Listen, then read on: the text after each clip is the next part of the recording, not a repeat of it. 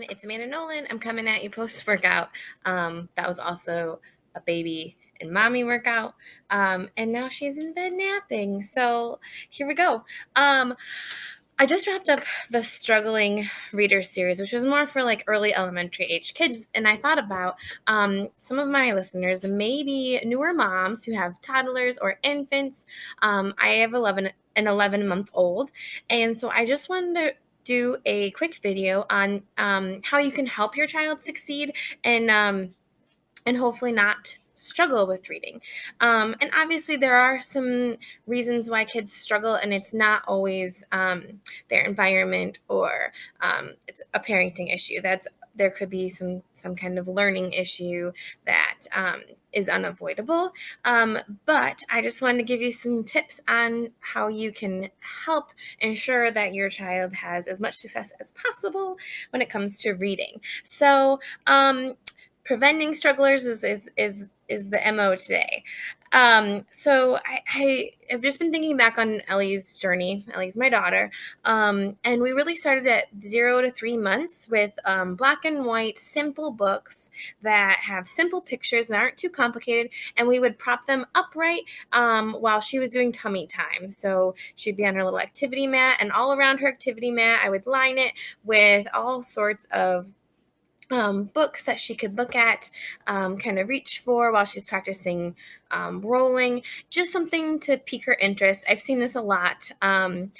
And so it's a common thing that many of you know about, but if you don't, try it out. So 0 to 3 months, you're just propping up some books for them to look at just to spark their interest. And then 3 to 6 months, I really focus on like nursery rhymes, things that we could kind of sing, that I could be a little interactive with. I have some books that have things like Itsy Bitsy Spider, so I could, do the little hand motions along with the book. Three Little Pigs, I could, touch her little toes, something that I could interact with her and read to her and still have that routine. And then, and so right about this time too, we started to get into a bedtime routine, and I'll talk about that at the end. And we always incorporate reading into that for our family. But 6 months, we started with those board books because that's about the time when a lot of kids start to teeth. Oh my gosh, Wish, are you okay? You just bumped your head. Sorry. Anyway, 6 months board books, and Ellie started to love the touch and feel. She was so curious about the different textures. She wanted to touch them. She wanted to taste them. Anyway, so those touch and feels really piqued her interest right around 6 months. And so along with the feeling, it's the finger trails. There's some books that we found there's some books that we found where you can trace, like, your finger along a 9. We have a counting one. Also, some of our nursery rhymes ones have just different finger trails, and she likes to feel those. And around 12 months, we started really to get into the flaps, so she could lift the flaps and see what's underneath. She's really curious about that. And around this time, we're working on those like first 100 words books, and things that have sounds and interactions. She just got a first Bible book from one of her aunts, well, my aunt and uncle, which is her great aunt and uncle. And in this Bible book, there's things like, can you roar like a lion? Can you baa like a sheep? And so we do those things as we read it, and I do it, and she's really into copying, so she'll try to do it, and it's really cute. So she's 11 months. So yeah, that's right around 11 to 12 months. Those kind of things are fun. So that's been my journey so far. I would love to hear what I should be doing next with Ellie. But I wanted to also give you a couple of programs that I think are pretty cool for kids that aren't quite school age. So one program that we have signed up for is Dolly Parton's Imagination Library. Every month we get a book. I am probably more excited than Ellie, but we get a book in the mail, and we're so excited to read this new book. And I hope that my excitement will transfer to her as she gets older and starts to understand that. But it's a new book, so we get to learn something new. We get to read something together, and it's a new experience. The other program that I just learned about yesterday, like, this is what made me think I should do this video. I went to the library teacher, as you know, I went to my local library to check out some books because my kids are going to start a research unit and I needed more options for them. So I went to check out as many books as I could. And they asked me if I would like to sign Ellie up for this 100 books before kindergarten program.